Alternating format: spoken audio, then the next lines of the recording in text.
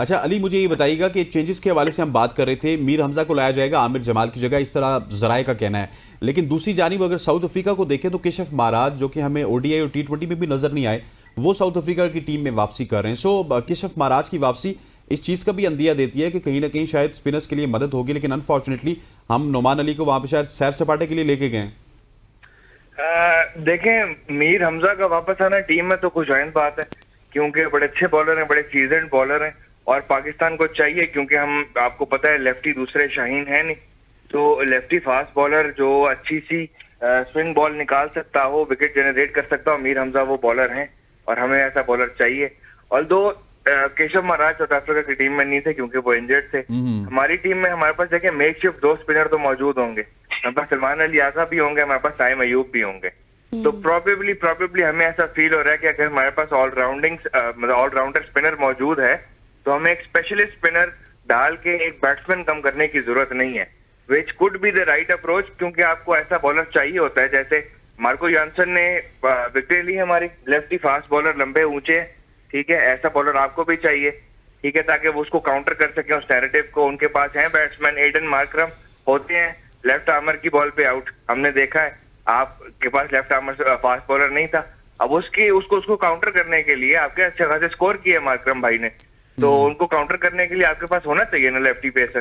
Exactly. اچھا علی یہ بتائیں کہ اب ظاہر ہے پاکستان کو تھوڑا سا اسٹیپ اپ کرنا ہوگا، آپ اتنا ہی زیادہ ایزی نہیں لے سکتے ساؤتھ افریقہ کو، کیونکہ وہاں پر بھی بہت سی تبدیلیاں ہوئی ہیں، جیسے کیشف مہاراج کی بھی بات کی. اب یہ تھوڑا سا بتائیں کہ کپتان کے اوپر بھی بہت زیادہ ڈیبیٹ ہو رہی ہے، اور یہ ہم نہیں کہہ رہے، بہت سے کوارٹرز میں یہ بات چل رہی ہے اس وقت، کافی پریشر میں نظر آتے ہیں. شان دیکھیں پریشر تو تب ہونا کہ جب آپ نے کرکٹ گندی کھیلی ہو، ٹھیک ہے. میں اس طریقے سے بات کروں کہ جو آپ نے پچھلا میچ کھیلا، آپ نے میچ بہت اچھا کھیلا، ٹھیک ہے، آپ نے 2 چھوٹی اپرچونٹیز مس کی جس کی وجہ سے آپ گیم ہارے، لیکن اوور آل آپ نے میچ اچھا کھیلا.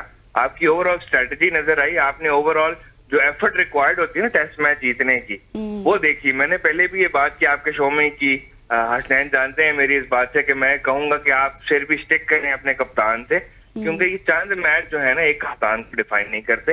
ہم نے بہت ایسے کپتان دیکھے بتا دیا گیا، اس کے بعد وہ کبھی ایز اے پلیئر بھی جو ہے نا ایمرج کر کے نہیں آ پائے. بہت کم ایسے لوگ ہوتے ہیں جن کو ایسا کر دیا جائے تو پھر اس کے بعد وہ کھیل پاتے ہیں یا پراپرلی اپنا کریئر نبھا پاتے ہیں.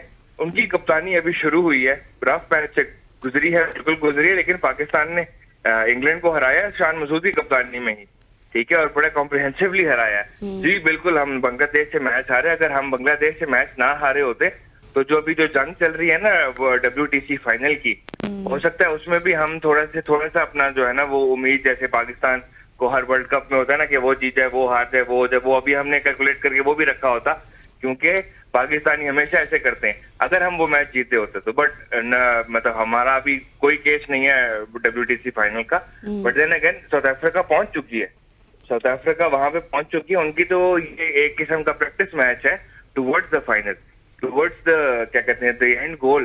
اور یو نو ان کے لیے تو جو ہے نا منزل بس وہ ایک قدم اور رکھنا ہے انہوں نے بیسیکلی.